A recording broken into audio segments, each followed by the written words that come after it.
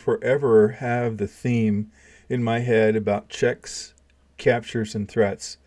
That's just always going to be part of what I think about as I look at each piece on the board and think about it.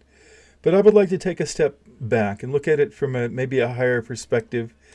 Maybe we can have a little bit more fun. I really want chess to be fun. I don't want it to be a drudgery or a difficult thing to face. Yes, losses are difficult, but somebody's going to lose every game, and someone's going to win every game, and you can't win every game. I don't know anyone that does. Anyway, so I want to think about strategic opportunities. I talked about strengths, weaknesses, opportunities, and threats in several videos. It's a SWOT analysis. It's something that's common in business, but you can apply it in the chess world as well. There are many parallels. So I want to understand the big picture and take a thought about it. Like, look at the material balance. What materials do you have? Do you have all your pawns, or do you have extra pawns? Does your opponent have more bishops than you but fewer knights? I mean, look at what you have, and when you get a piece or two ahead, think about that. And look at your piece activity. How are your pieces arranged so they can be active? And look at your pawn structure. Analyze your pawn structure. Think about it. Is everything protected? Is it a way that you can work with? Or is it out of alignment? And maybe you could make it better. Always think about your king's safety.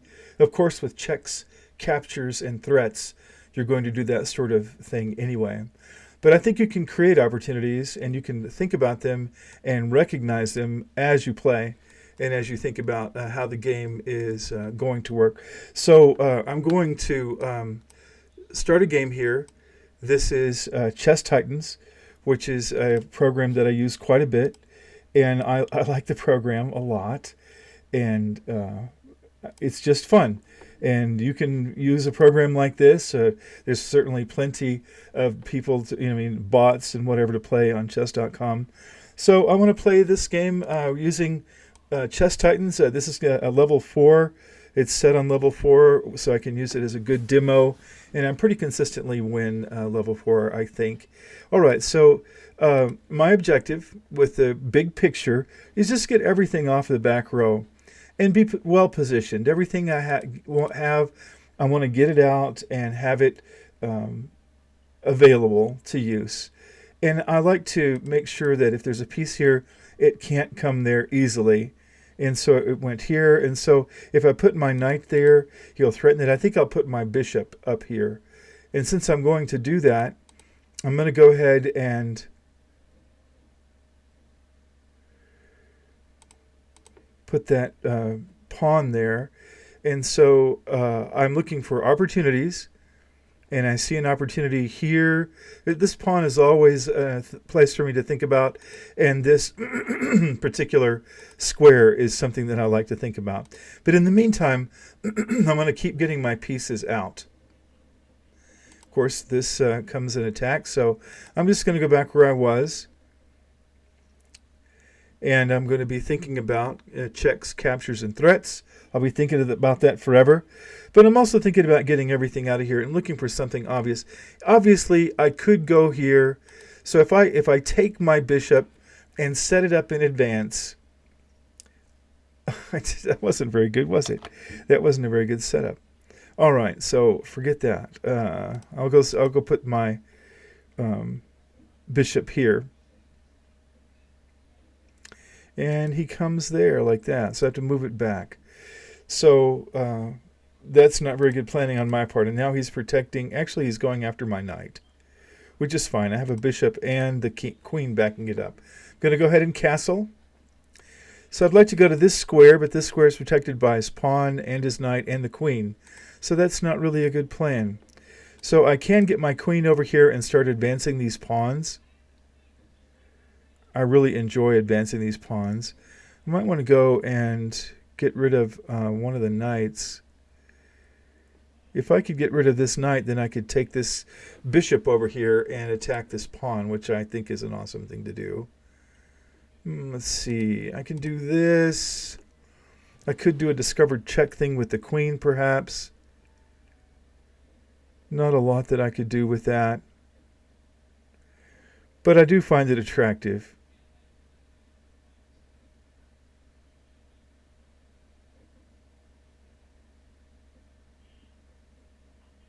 All right. No, you know what? I'm not. I'm going to advance these pawns. That was my original plan. So as I look at checks, captures, and threats, my king isn't really under a threat. Well, this bishop is a threat, but I've got it backed up here. And so he took that pawn. Then I can go up here and he castles, so that takes away this square as an objective. This square now becomes an objective. If I could protect that square and bring my bishop to it, I could fork his king and his rook. I mean, queen and rook. So I think that's a great idea. So he decides to go take that. That's fine. That leaves this pawn, which is unprotected. Well, he protected it with his queen. So I can go here. And I'm going to take this bishop back. That way I can protect this pawn as I advance it. Now he's protecting that pawn by a bishop and a knight. I may just leave it alone. Oh, look at that. So I need to stack my rooks, or stack two pieces that control that. And he decided to protect that. He's definitely on the ball. So now he's protecting this pawn. He's threatening this knight that isn't protected. I'm going to put this up here. This knight isn't protected. Now he's protecting it. Let's see. So I'm going to stack my rooks here where they can see each other. That's a strong move. So if I have this pawn is now in trouble. Checks, captures, and threats. This pawn is threatened.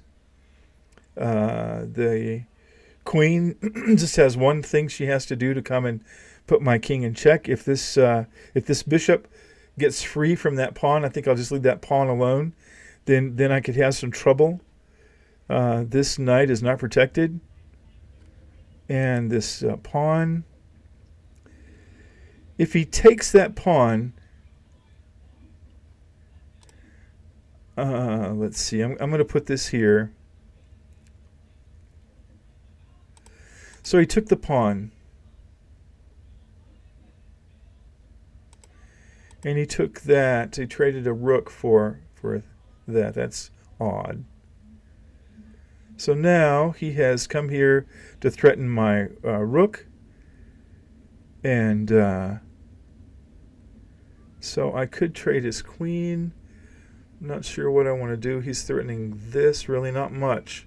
Really, I think the only thing he's threatening that's important is this, is my bishop. And I could take my bishop down here and protect it. I really like the idea of a discovered check for the queen, but I'm going to have something on this rook. This rook can't just be sitting there. So I put this rook up one. It's protected by my queen. Oh, he's taking my knight. That's what he's doing. I didn't see that. So I need to protect this piece. And so if he takes it with his knight, okay. So he took that, and that leaves me open here, which I don't like at all, but it is what it is. And now I can do a discovered check of his queen. If I can get this going my way. So I can do that. That's not really much of an exciting thing to do. Oh, but I didn't protect my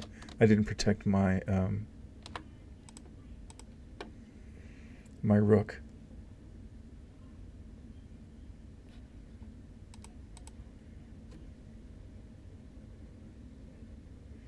Okay, so now we're not going to have a situation like that anymore. I can still take this pawn. It's free for the taking. And let's see, I could go there and threaten his queen, but it doesn't really accomplish anything. I could put him in check. And I have a possibility for a discovered check.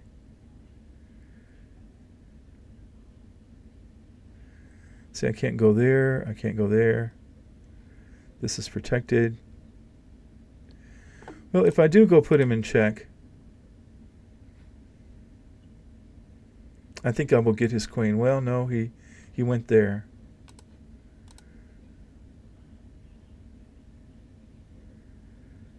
Oh, that was a mistake on my part. All right, so if I go here, that's not a good plan. That's not a good plan. Well, I can still go here.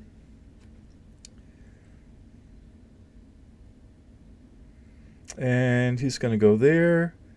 Oh, he's threatening my my rook.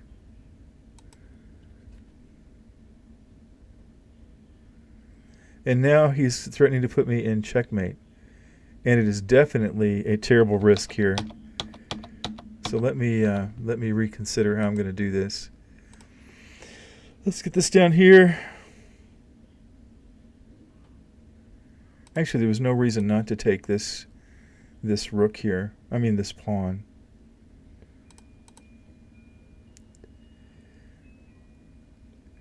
So that does that. So now I can go and play with his king. We can put him in check.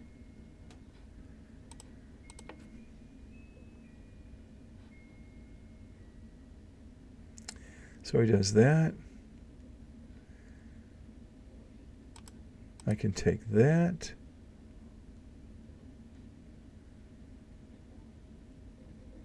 Wants to trade queens? I think I'll trade queens. All right. If the worst comes to worst, I will trade a rook for his rook as well. It's going after this pawn. So I think, not sure. Well, really, I think that what I will do is I will. I can't go there because his bishop is taking it. So what can I do? Go here, protecting my pawn.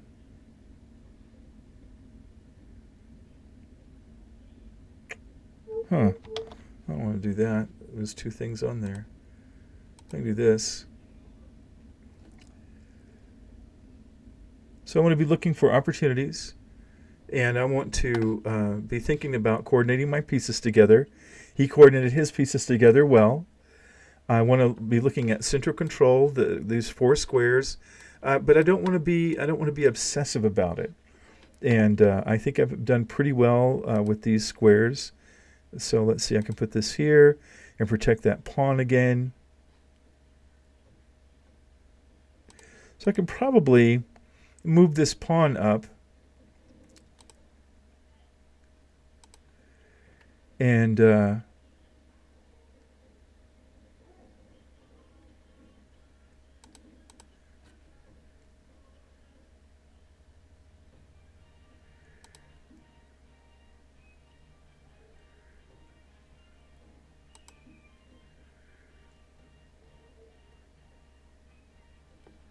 so then I can start moving this pawn up. If I can get this pawn up, I can force him to trade a piece for this pawn. Oh, look what he did. But he can't take my knight without losing his. All right.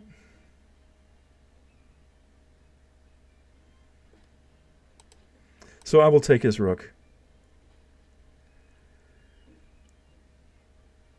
So now I have two pieces. He has one. And so as I go back to trade this for a queen, he will have to... Oh, look at that. He didn't move. So it was going to be all over if I did that. Okay, so I can go here, protect my pawn. And I can get my...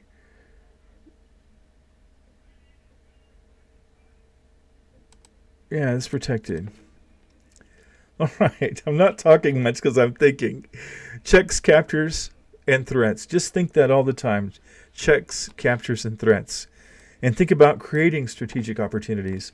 You create them by finding weak places and moving your places in coordination with each other, which I did some of that. I didn't really talk about it. But look at how your pawns are set up. I like my pawns set up this way. This one can come and cause me trouble, but not too much given how little there is here.